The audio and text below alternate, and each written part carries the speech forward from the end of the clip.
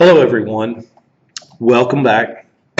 We're going to go ahead and take a look at Chapter 12 on Turfgrass Management. Before we jump into that, I want to apologize for being sick last week and not having the lecture up. But, you know, the exam wasn't due until midweek, so it gave you some extra time to spend on studying for the quiz, and then you give you a couple days off.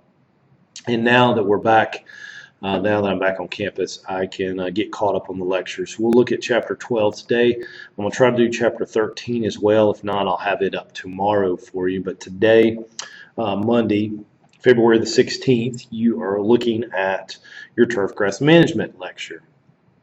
And hopefully, you know, we won't miss too many days because of the snow, but if not, I'm able to work from home and get you guys caught up. So we're actually going to look at two lectures this week for 12 and 13.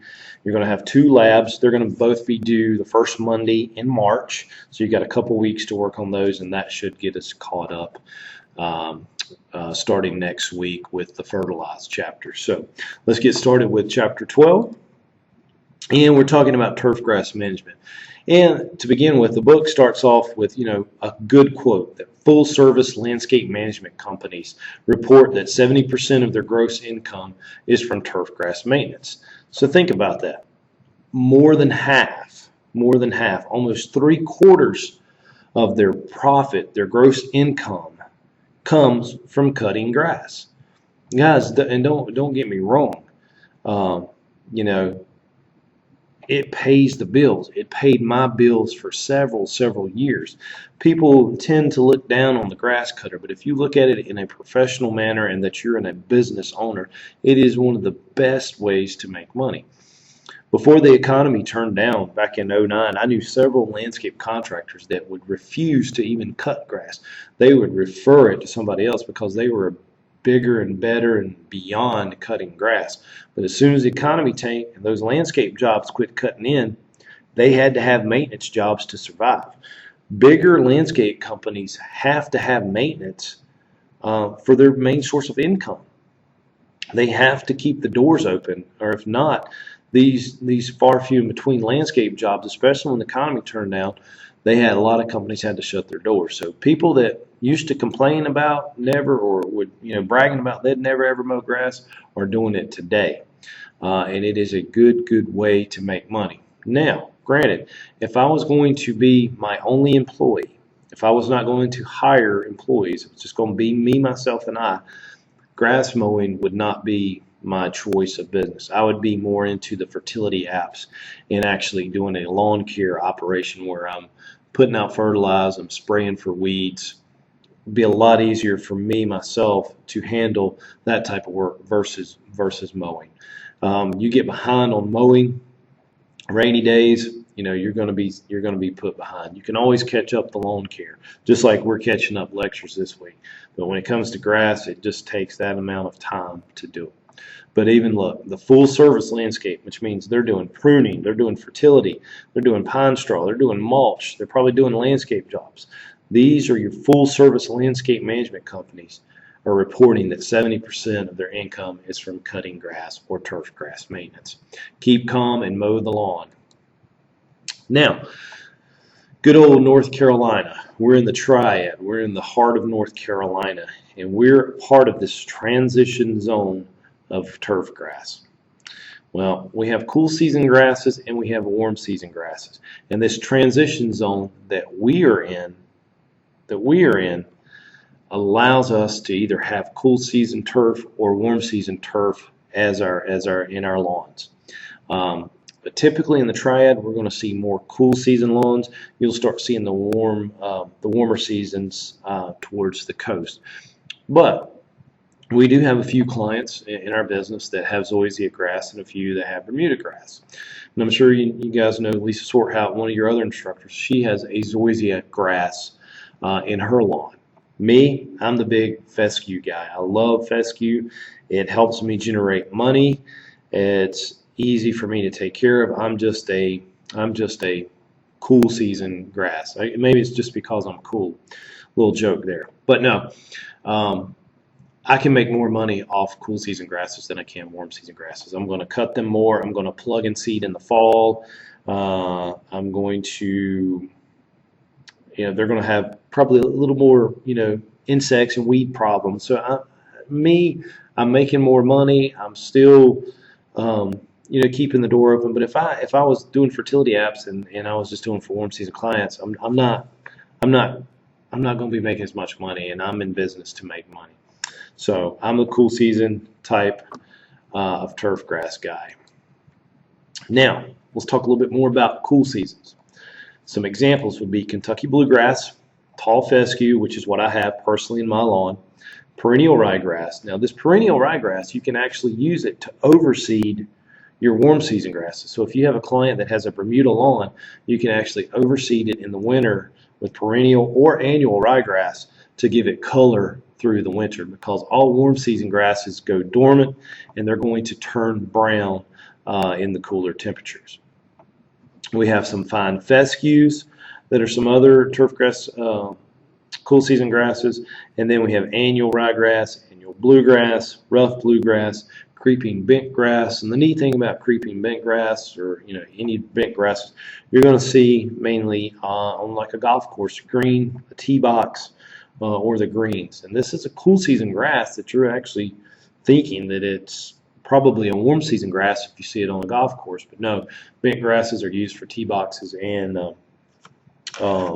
golf course holes. And then we have orchard grass. In the textbook, please, pay close attention to the descriptions of each one of these grasses. They can be test questions for you. But tall fescue, mainly, I'm sure you guys have all heard of Kentucky 31. It's what I use in my yard most of the time. Every now and then I'll splurge and get the transition blends that'll have some of the finer fescues and stuff. But I'm okay with Kentucky 31. I can make my Kentucky 31 lawn look really, really well. Another thing about the tall fescue, it's a bunch type. It doesn't spread by the rhizomes and stuff as your warm season grasses does. And you're going to have to overseed it. That's just part of the deal. Just making sure I'm actually looking through the book now to make sure that I tell you guys that of what's important. Books talking about mixing, 90% tall fescue with 10% Kentucky bluegrass. That's good. My grandmother and grandfather actually put out some bluegrass in our front yard that's still a good, healthy stand of. It takes forever to spread, but they just did it in that one area, probably where they'd had some extra seed left from somewhere else, and they'd put out there. But actually, it's doing really well. It's a dark green color. It's so wonderful to walk barefooted through. So I'm happy that part of that's there. But with these cool season grasses, remember that most of the shoot growth and root growth is going to happen in the spring and in the fall. Hence, cooler temperatures. We have cool season grasses. It's going to get stressed out in the summer, and it's going to get stressed out in the winter. And you're actually going to see some of the browning happen, just the very tips of it, during the winter months. And you'll see some fescue stuff, fescue type grasses die out in the summer too, especially if they don't have irrigation. And when we talk about mowing frequency, you'll realize that we may be able to skip a few mowings in the summer just because the grass isn't actively as growing as it is in the spring and in the fall. And also, sometimes in the spring, you may have to cut your yard a couple times a week, or do it for a client instead of doing it every 7 to 10 days or 7 to 14 days, as the book states. You could actually may need to come in during the spring and cut it like every 4 or 5 days, just because the grass is so actively growing. All right, now our warm season grasses. And since we're talking about the chart here, take a look at your warm season grasses. They're going to start growing highly in the spring and then kind of fade off in the fall. So their biggest months of shoot growth and root growth is going to be spring through early fall. And then you can see in the winter that the grasses do go dormant and that they turn brown. And some examples of our warm season grasses here is Bermuda grass, zoysia, St. Augustine grass, centipede, buffalo grass, and then we'll see some Baja carpet kukuyua, and some seashore paspalum. The ones that we're going to see mainly here in the triad is going to be Bermuda and Zoysia. Your St. Augustine centipede be more towards the coast, and occasionally you'll see these down at the beach, especially the seashore paspalum. But the two big ones down there would be your St. Augustine and centipede grass. Remember, with St. Augustine grass, as we talked about in our 164 class, St. Augustine grass will develop St. Augustine decline or SAD, capital S, capital A, capital D, SAD. And once it develops the St. Augustine decline, the only way to really get rid of it is to get rid of the St. Augustine grass and go back with something else, or go back with new St. Augustine sod. You just can't get rid of it. But in the triad, you're going to see Bermuda and Zoysia. Like I said, Ms. Swarthout has Zoysia at her home. We have several clients that have Bermuda, and then we have a few that have Zoysia. But primarily here, our biggest clients have the tall fescue or fine fescue lawns. Establishment and renovation. You can establish a new lawn either with seed, or you can do it vegetatively. And when we're speaking of vegetatively, we can either do it with sod, sprigs, or plugs. Here you can see the gentleman putting down sod, and sod will either come in these rolls here, or they'll actually come down in actually square yards that you just actually take the piece and put it. You don't have to unroll it. I've put it out both ways. I prefer doing the slabs, the actual square yard. It's just a little bit easier to handle than these rolls. These rolls can get heavy, and especially if you got to walk any distance from the pallet that they're on and tote them, it can get very tiresome. Sprigs, you go and actually get the actual plant parts. You spread it over the area to receive the grass, and then you'll have to do some top dressing with sand.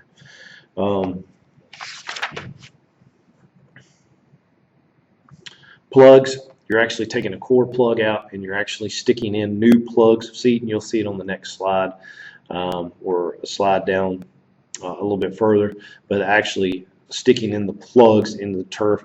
And it works really well with your warm season grasses because they're going to be actively growing during the warmer parts of the year, and they're spreading through rhizomes and stolons.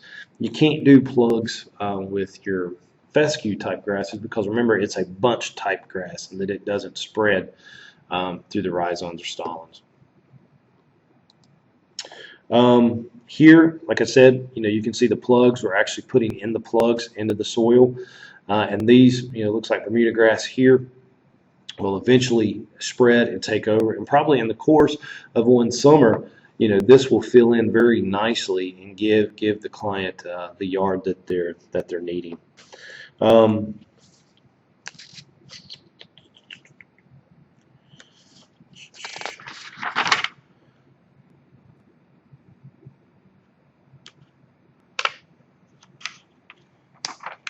So we're going to talk about new turf installation, and for your landscape management plan, guys, you may want to do a soil test. I'm not going to require it, but you would need to note to your client that a soil test would be performed.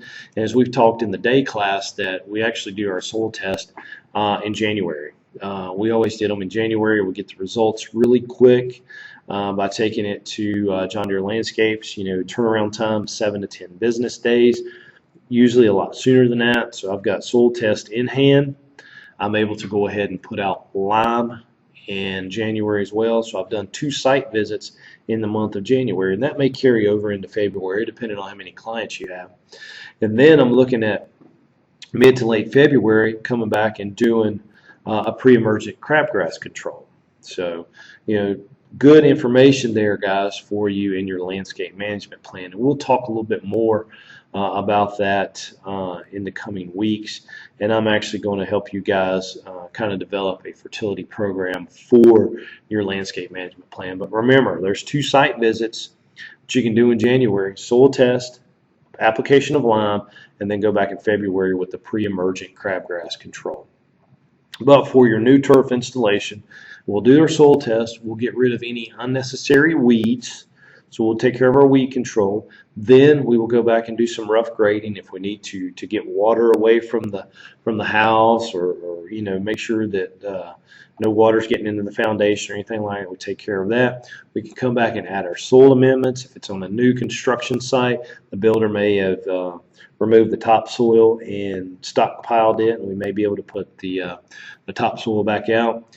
We'd at this point go ahead and install our drainage. We can pipe out downspouts. We can install irrigation systems before we come back and do our final grade. Once we achieve our final grade, we can do the seeding, we can do the sprigs, we can do the plugs, or we can do the sod.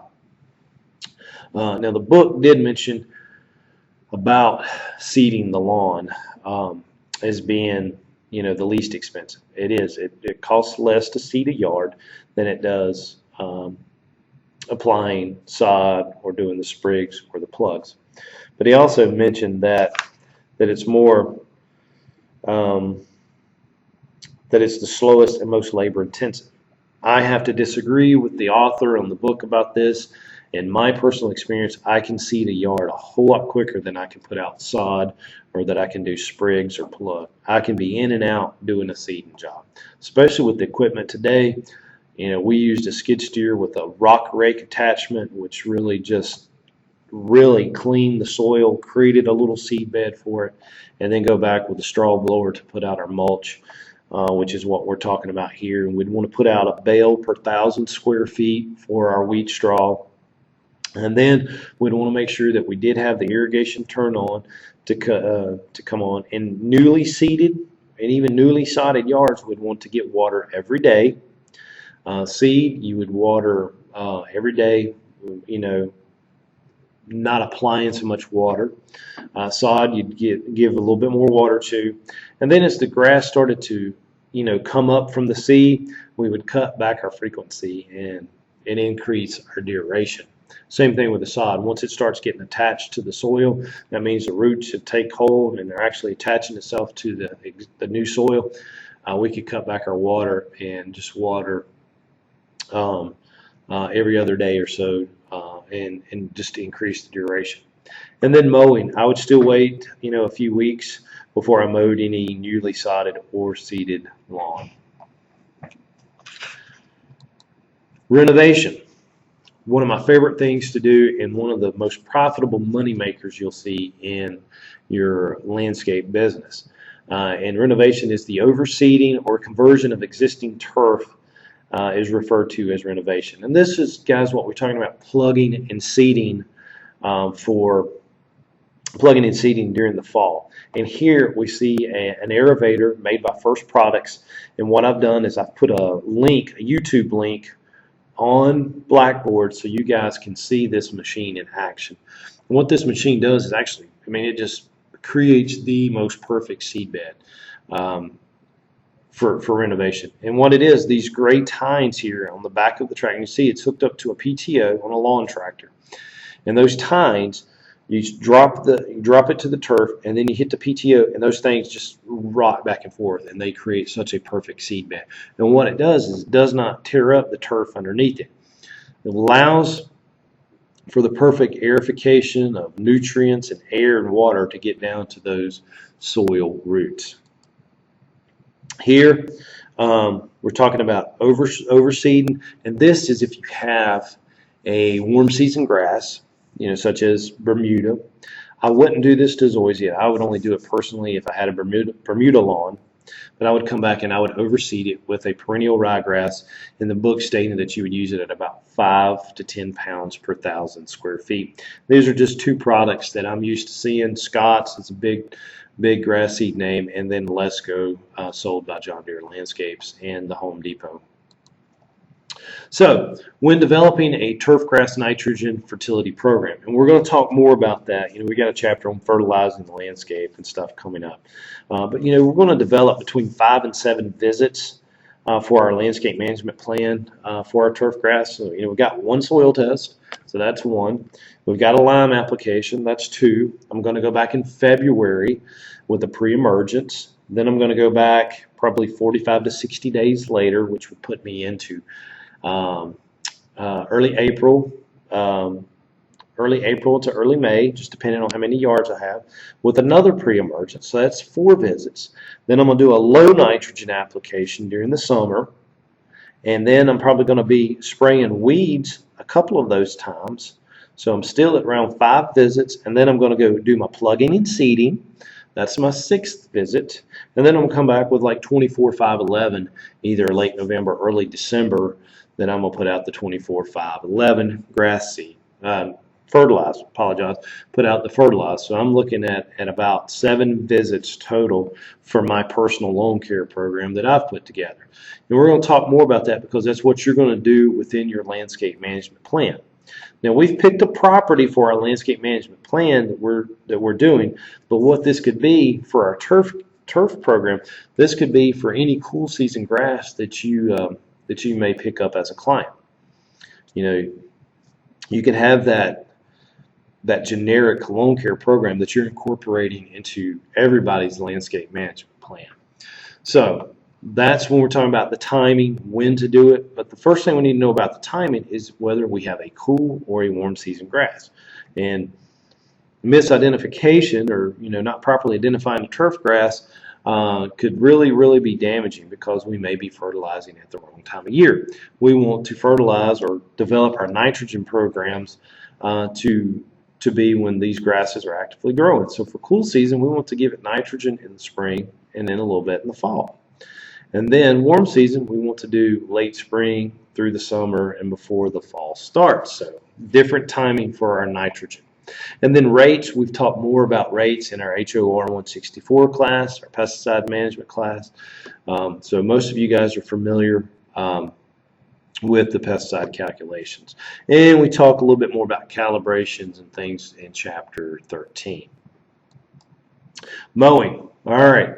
The bread and butter of most full service landscape management. And to start off with, before we start talking about rotary, I want to talk about the mower that you see the young lady here on. This is a Walker GHS. Walker is the manufacturer. So people, when they hear Walker, I've only met one other student that actually knew what I was talking about when I said Walker. Most people think about the walk behind, where you actually have to, use both hands with handles, and you actually walk. No, Walker Manufacturing produces the Walker mower, and it's the Walker GHS, the grass handling system. It is a rotary type mower, so there's 2 blades down here that are spinning, actually 3, yeah. Held on by shear bolts and everything. That can be a nightmare to change. I love this machine to death, don't get me wrong, but it can be kind of hard, maintenance wise, doing some of the repairs. And that all depends on the operator. And we've had some really rough characters operating our machines. My father actually bought the first Walker mower in North Carolina. He was offered the dealership shortly after having the John Deere dealership. My dad's always been the type of guy that wants to be in the field, so it was kind of tough for him selling lawnmowers. He wanted to be operating them. So he bought the first Walker mower in North Carolina, turned down the dealership, and ended up, I think we ran 6 at one time. Had the original gas one, then bought the one of the first diesel models that came out, and then ended up getting 4 brand new diesels that we ran continuously. We ran them all the time. We actually had a trailer, and I'll have to take a picture of the trailer, but it carried 2 walkers in the front, and it actually had a self-containment system with a walking floor. We were able to put the grass into a hopper that sat on the ground, and the hopper raised up and dumped into the back of the trailer and kept it enclosed, and we would take back to the farm and we would feed it to our cattle. We always kept 10 to 15 Black Angus cattle, and we would take the grass clippings back every day and feed that to the cows. So just my little story on Walker mowers, but it is a rotary type, and we're going to look at some more rotary type. I love this machine right here. I have one personally. It is a good machine. That combined with the Walker, ladies and gentlemen, will get a ton of grass mowed each day. It's a stand-up. You stand up on the back with a little platform, and basically it's your walk behind that you're just standing on. This actually helps alleviate the wear and tear on the legs. I mean, running a walk behind all day, you're going to get wore out. But I'm a big Skag fan. Skag and Walker are my two favorite brands of lawnmowers. Here's a Honda push mower. We keep one of these on the truck. We also have one here in the program that we're going to be using in some of the classes. But these are all types of rotary mowers, meaning that the the blades are on the bottom turning. Here we have reel mowers, specifically used for warm season grasses. I've ran one of these many a days. I used to take care of a croquet court. I had to mow it 3 times a week. Mowed it every Monday, Wednesday, and Friday, and we were always top dressing it and taking care of it. So this box would always get heavy, and because of the sand, and then the machine would start scalping. So I'd have to empty this thing, probably cutting that croquet court, probably sometimes between 20 and 30 times just to mow it so it wouldn't scalp. And here we see the reel mowers on a front mount John Deere, which is used primarily on golf courses. Now, I do know guys down in Texas that actually use these to mow their residential lawns because they do have the warm season grasses. Here we have a flail or vertical mower. Here it's on a swinging arm run off the PTO, and then they do have the rear mount PTOs, but used primarily for highway mowing. All this is kind of self-contained. Not too many rocks or debris is going to be thrown out from underneath this, so it's very safe to use along the highways. Here, a sickle bar mower, again hooked up to a PTO of a tractor. This sickle bar just kind of lays down, and it's used to cut, small brush, hay fields, stuff like that. We use one around the farm every now and then. Mulching, as the Honda mower that I said we keep on the truck and the one we have here at the program, you can put a deflector behind this this door right here, and that deflector will send that grass back around to go through the blades a couple more times, and it just keeps chewing those fine blades up. You can also put, like on your rotary mowers that we just looked at, the Skags and stuff, you can put what they call a gator blade, which has like the fins on the end and the split, almost kind of split, and these are little fins on the edges, and that'll actually recirculate that grass underneath the deck and be cut more. And a zero turn, again, the Turf Tiger by Skag. This is what I mow personally my yard with. I mow it with a 61-inch cut Turf Tiger just because I have so much grass to cut. But this is the Speed Demon. This will get some grass cut really, really quick. It's not a lawnmower that I would put in some of my smaller yards. It would have to be, your larger lot customers that you would put it in. But this thing will absolutely fly. I love it. The maintenance is easy on it. Raising the deck height, again, I mow my yard at 4 inches, and it's easy for us to take on a different job site that would be mowing at a different height. You can change it right there with the bar through these little pins. Easy to change the oil, easy to get to the tires to keep them inflated. Just a good machine overall. Slopes, here is a Ventrac. My father actually bought one of this, and I told the day class this earlier this morning. So this is the 3rd time I've done this lecture today. But with this Ventrac, it used to be Steiner. Steiner made it, and then Ventrac bought it out. And the only difference really is Steiner was all red. Here it's a two-tone gray and red, so that's one way they changed it. But it has 8 tires, 1, 2 in the front. There's 3, 4 in the front, so 4 in the front, 4 in the back. So this lawnmower has 8 wheels and tires, which makes it perfect for mowing slopes. And there's all kinds of attachments that can get here. And I remember when my dad first bought this one. I was a senior in high school, had just graduated and went to Senior Beach Week at Myrtle Beach, as most of us did here in this area. My brother went with us. He was younger, but it was me and my brother and several of our friends that worked with our parents that did most of the grass cutting. We'd go with a crew leader. He'd take 2 or 3 of us, and we'd knock out some turf. Well, we were out that week. We stayed all week. Well, Mom and Dad snuck down to Myrtle Beach to check on us, and then they stopped by Mullins Tractor Company in Mullins, South Carolina, just near Bennettsville, to purchase the Steiner tractor.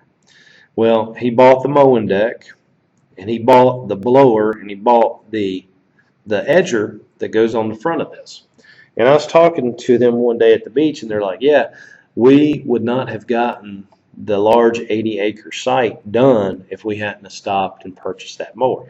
He was able to do all the blowing and all the edging by setting on the tractor instead of actually, running a backpack blower and a weed eater. So that's my little humor when it comes to that. But I have a lot of loyalty to this machine. It's done a great work. We had a tiller that we put on the front. I mean, it could do all kinds of things.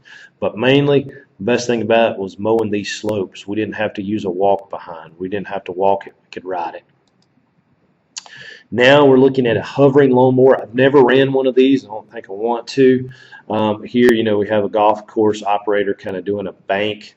And what that is that mower is just kind of floating on top of the grass while it's cutting it. I don't know. I'm just not experienced enough to really make any comments on that. All right, mowing height. Well, I know that our book says that tall fescue in the spring needs to be around 2 to 2.5 inches, summer 2.5 to 3, and then fall 2 to 2.5. I mow mine taller. I mow mine at 4 inches. The shortest I've ever cut my lawn is 3.5 inches. So we're looking at tall fescue. We're saying 2 to 4, so I'm in my range. Optimal 2.5, and I'm going an inch higher to 3.5. And then I do cut it. Some days I'll cut it. Some weeks I'll cut it every week, and sometimes, just depending on drill weekend and stuff, that I may go 2 weeks. But I'm okay in that. I like mowing it at 4 inches. For one, I'm shading out the Bermuda grass. I have a big problem with Bermuda popping up. I can shade out the Bermuda grass by letting my fescue get a little bit taller. I'm shading out weeds. I'm not letting sunlight get down to the soil to help germinate those summer weeds. So I'm just a fan of mowing it a little bit taller. Here's some other grasses. We see the Comber Bermuda. Even here, we'd lower it to probably 3. I wouldn't mow it at 1 inch. I mean, if I'm going to start mowing it at 1 inch, I'm going to get a real mower. But we can convince our clients to keep it, 3 or a little bit under. And yeah, I could see mowing Bermuda every 3 to 7 days. But if it's a residential lawn, we're still going to do it once a week. But remember, I took care of that Bermuda on the croquet court, and I was mowing it 3 times a week, Monday, Wednesday, and Friday. Sometimes I would skip Fridays and go and mow it on Saturday morning, just depending on if they had a game that Saturday afternoon. They liked it freshly cut in. Bluegrass, I'd still like seeing a little taller. But, we're going to go with these recommendations on this chart versus what's in the book. Mowing frequency, remember, do not remove more than 1/3 of the total leaf surface at any one mowing. So if you let your grass get 5 inches tall, don't mow it down to 2 inches or 2.5 inches. You want to you only want to cut the top third of it.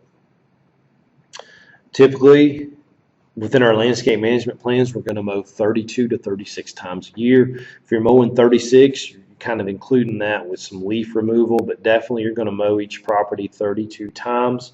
You're usually going to do it once a week. During the spring, you may mow it twice a week, especially if you put out some nitrogen fertilizer and it's kicked in. You'll want to get it. And if we have a lot of rain, I mean, there's times that you go back. If you're mowing a client's lawn on Wednesday, you go back the next Wednesday. It just takes forever. So it might be better to go back and cut it on Saturday, or do it every 4 days, skipping Sundays, especially during the spring, because it's just a lot easier on you and a lot easier on the machine. And during the hot weather in the summer, we may skip some mowings just because we haven't had any rain, and that the turf grass itself is very stressed out during the heat. Now, mowing pattern. This is what can make you or break you. This is what will actually get you a lot of jobs. People see you striping up the neighbor's yard, they're going to want their yard to look like this. And what we're meaning right here is squared off. Let's say we've got the perfect postage lot stamp. We're going to go ahead and mow the outside edge. Well, one reason we want to do that is so your weed eater guy can go ahead and start trimming. He's not having to wait for you to cut around the tree rings or the pavement's the biggest thing. So you go down one side of the driveway, come across the front of the house, come up the other side of the driveway for the neighbor's house, and then go across the front sidewalk. That allows the trimmer guy to go ahead and start trimming.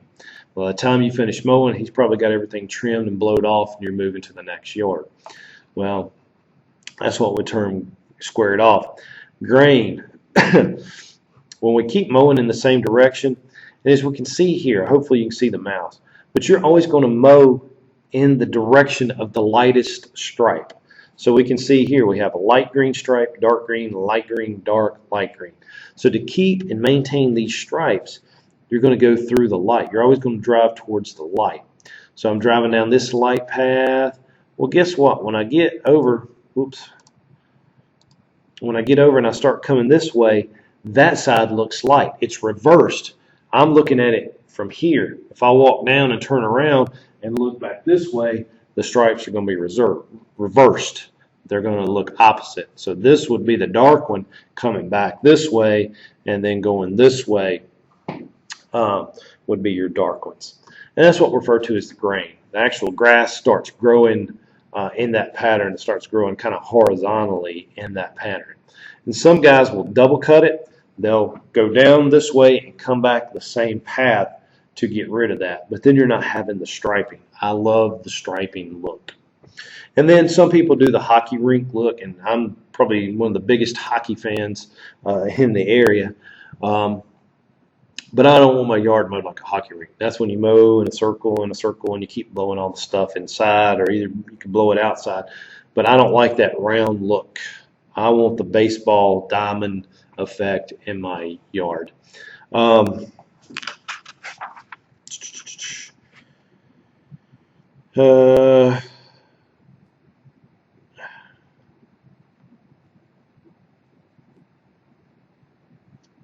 just making sure I'm telling you everything that I want you to know from the chapter.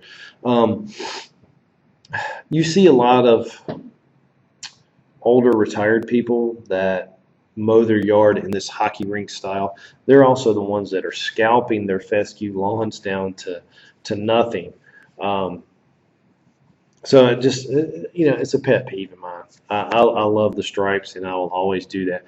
And once you learn how to do it, you'll always do it, and nothing ticks me off more than I've striped my lawn and I'm working for a customer and I've got these stripes. Now granted, I wouldn't do it every time like this. I may mow this pattern direction 3 or 4 times.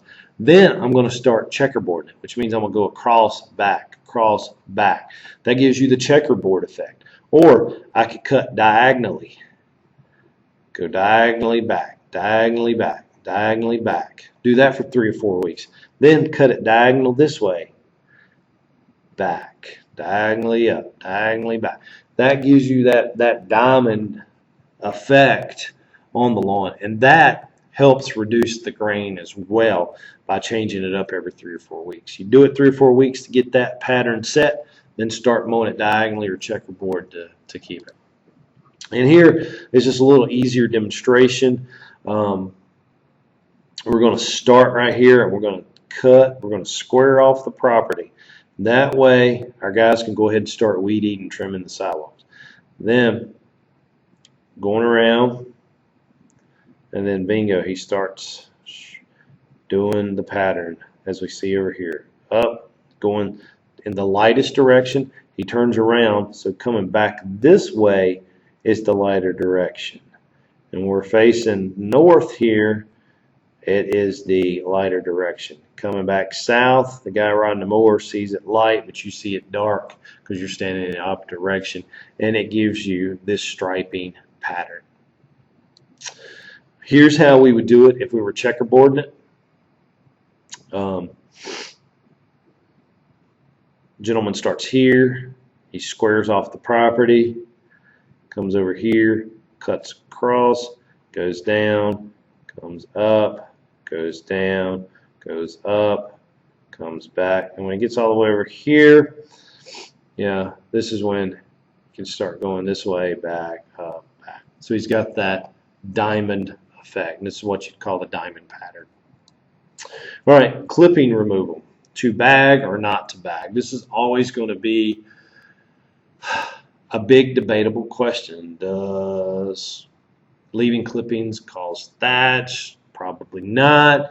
Does bagging remove nutrients? Probably so. There's good points and bad points to each. Well, I see a good point of bagging, of removing debris and leaf. Combining this with leaf removal, I mean, we've knocked out, we've killed 2 birds with 1 stone using the Walker GHS. We're able to get up the leaves and mow the lawn at the same time. Well, if I didn't bag, and this can be prevented too with training. Here we have an individual that mowed and they side discharged towards the car. They didn't square off the property and blow the first couple rings of grass inward, so we don't have this problem. Now we're going to have to deal with this poor woman who's mad that grass clippings are on her car, and she's going to have to get somebody to wash it. And it's going to be us paying for it. We're going to have to pay the bill for that or take it. But what's worse is some of these people would want you to repaint their car. And we've gotten just a little bit of grass on a car before, and they've had a cracked windshield, and because they get a little bit of grass back here, the judge is going to tell you to fix their windshield because there's no proof that you didn't do it, even though they've been riding around 6 months with a cracked windshield. People will do it, and it ticks me off. So you've got to have good insurance and let these guys help you with this, because there's always people looking for an easy way out.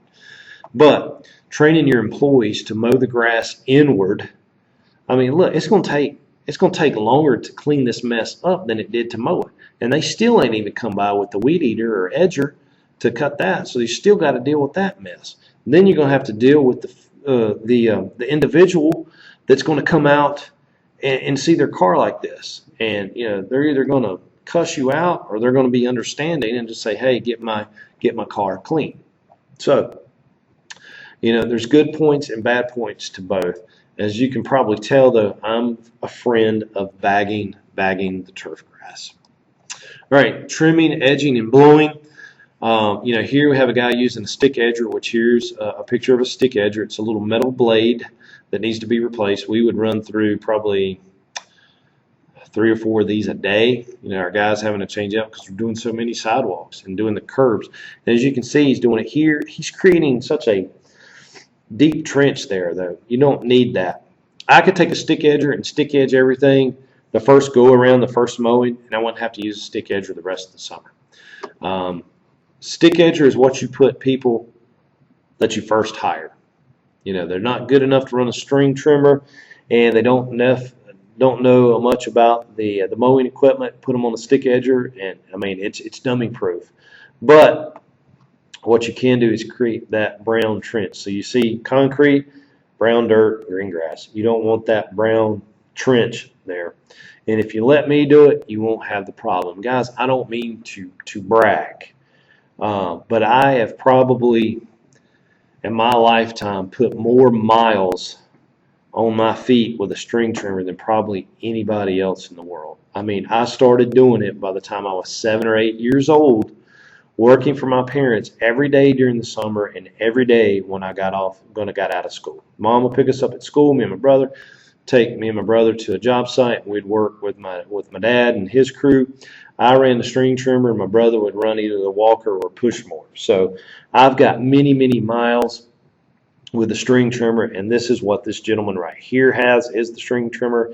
And like I said, it's probably something I shouldn't brag on, but if there was a weed eater wars like there is cupcake wars, I would definitely win it, hands down. I would go up against anybody and create that perfect line. I mean, it would be perfect. I've done it. I can do it blindfolded. And again, it's not something I should brag about, but I know how to do it. It was just something that, my dad started teaching me early. I'd follow one of his crew. I followed one of his crew leaders named Dan that actually kind of showed me how to run the weed eater, and I took off from it. And as you can see here, this is the first weed eater that my dad actually bought me. It was a bent shaft because I was too little to hold the straight edge. I would never use one of these right now, but I had to when I was a little fella because I was just, I couldn't hold up the straight ones. Now, with irrigation, frequent shallow irrigation does cause the shallow roots, and what this can do is encourage disease, encourages weeds, increases thatch, and it increases compaction. So the only time that we want to frequently water shallow is when we've just seeded the yard. We want that new seed to be watered every day, which is frequently, and we want it to be shallow watering because it's giving that seed time to germinate. And once the grass comes up 7 to 10 days later, we're going to decrease our frequency and increase our duration, and hopefully by the end of when the grass is perfectly established, we'd only be watering 2 to 3 times a week. With a pop-up like this, we would run our average of about 6 minutes. With the rotors, the ones that and then go back, and then we're going to be doing them for about 20 minutes. And you would never put your pop-ups on the same zone as you would a rotor. All right, aeration. Well, remember I showed you that picture, first products, the aerator. Here we have shallow roots and compacted soil. When we're coming in, breaking those holes up, either removing the core or doing it with the aerator and not removing the core, we're allowing air and water and nutrients to get down to the roots. This creates new growth and creates deeper roots that's going to give us the healthier turf that our clients long so desire. What we desire as lawn care professionals. Well, look at this. Look at these deep roots, all created by getting air, water, and nutrients down to the root zone. Here we have a walk-behind plugger. We're actually taking the actual core plug out of the soil, and we can see some thatch right here with that plug. And when you do your lab, you're actually going to see if you have thatch. And this is one good way to see that if you do have thatch, is that little bit of inorganic, organic material right there in between the soil surface and the vegetation layer. But here you can see we're leaving the plugs. I recommend leaving the plugs. They're full of nutrients. They're going to break down quickly, especially because we're doing it in the fall. We're going to start getting rain. Mr. Jack Frost is going to visit us. So, I mean, all this adds up to a quick breakdown of the plugs.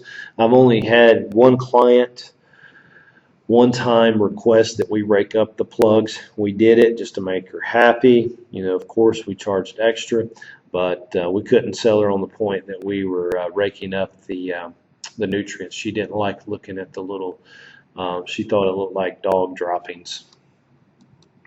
Again, aeration, this is first products. I'm putting a link in the links folder on Blackboard of first products, and you'll actually see this machine work in action. Again, it's hooked up to a PTO. Here it has a roller. You have an option of putting a seeder on the back. We didn't even have the roller on the back. We just did the actual tines. And guys, with this machine can actually break up concrete or asphalt. So you got to be careful not to drop it down on the pavement when you're unloading it off the trailer or truck. Thatch is an intermingled layer of living and dead roots and stems between the green vegetation and the soil surface. So right there's the top of your soil surface, and then you've got the vegetation. So we've got about an inch and a half of thatch a part of this soil. Here's a better picture of it. We actually got an inch and a half. We've got our soil line right here, and then we've got our crown and our grass, and then the grass blades. So we've got an inch and a half of thatch that's built up right here. So we definitely need some aerification or aeration for this lawn. Another good picture, we have the size of a quarter. The thatch representing the size of a quarter, about an inch, a little larger. And then we have some mat, and then we actually have our soil here. So this thatch is very detrimental to the lawn. And there's basically only one way to get rid of that, and that's using the vertical mower or dethatcher. We have one here that we run in HOR 118 to let you guys get a feel for it. You'd want to do this, prior to plugging and seeding. So, excuse me. You'd want to, do this first and then come back with your aerator or your core plugger and do your plugging and seeding. But what this does is remove that thatch layer. You do have to rake this up onto a tarp, or if you had the Walker GHS mower, you could actually kick it around and actually vacuum up this thatch material. Pest management. We're always looking for disease control. We're going to be criticized as lawn care professionals that we create our own disease. High nitrogen and moist climate creates brown patch. You're probably going to get accused of that a time or two in your career. But we're always going to be looking for disease control, insect control, and weed control. And weed control is probably going to be our biggest moneymaker because there's more weeds than any of it. Insects, we're going to take care of probably white grubs, chinch bugs, things like that. But, that is probably probably one of your clients' least problems. They're going my concern, they definitely want to get rid of their grubs. But they don't want the brown patch in their lawn, and they definitely don't want the weeds. And here we have the IPM model. We've got to monitor. We've got to monitor for these pests. We're going to prevent and use cultural practices that prevent it. If we see the pest, we're going to control it only when it reaches the threshold that we have set or that our clients have set. We may have some clients that weeds in the yard doesn't bother them. They're perfectly fine with it. They just want it mowed, maybe spray it once, twice a year for clover, but the other weeds, they're fine with it. So they've set their threshold. Threshold for insect control might be, when does the cost of treatment exceed the cost of replacement? So it may cost more to get rid of the insect than it is just to reseed the lawn. So only you or the client can set that threshold. And it's different. If we're growing crops, if we're a sod farmer, we're definitely going to have to spend the money, and our threshold is going to be a lot less lower than if we're a residential client. Residential client may not care. They're like, all right, just plug it and seed it in the fall again. Let the disease or the insect get it, or just spray the weeds out before you do it. We're not that big. But if you're a sod farmer or selling plugs and sprigs, you're going to have a very low threshold, and you're going to be doing more things preventatively, adding preventative disease control versus waiting till it happens. You're going to take care of it and be proactive on it. And then last but not least, we're going to talk about turfgrass plant growth regulators. There's type 1 and type 2. Type 1 prevents the seed head formation, whereas the type 2 will actually control the growth of the plant. And I was first introduced to this by a guy named Ed that worked for my parents several years ago, and he left and went and worked for a golf course, and then he came back to us and worked for a few more years. And what he said they did on the golf course is they would apply nitrogen to the greens, and then they'd come back and spray plant growth regulators on it. What that was doing is creating a thicker, greener greens and tee boxes, and they didn't have to mow it quite as much. So I thought that was pretty neat. And we started incorporating turfgrass plant growth regulators on like long sidewalks or banks that we had to weed eat. Even the Steiner or the Ventrac tractor was too steep for. We actually had to get up there with weed eaters. We would weed eat it down, and then we would spray it with the turfgrass regulator, growth regulator, and we wouldn't have to weed eat it again for several weeks or even a month or so down the road, and then we'd have to come back and touch it up. But that worked good for places where you've got miles and miles of sidewalks or miles and miles of shrub beds. You can actually do that and kind of eliminate some of the man hours necessary to trim it. And again, this is the end of this presentation. The grass is always greener in my backyard. And guys, that's why we need to look at grass. The grass can always be greener on your side, and your pocketbook can be a lot greener when you incorporate turfgrass management into your landscape business. I do have the lab up for you guys, Turfgrass Management Lab. I have the links on Blackboard to take a look at the first products, and then I'm probably going to add up a couple more YouTubes from the Lawn Care Millionaire. Thanks, and I'll see you guys in the next lecture.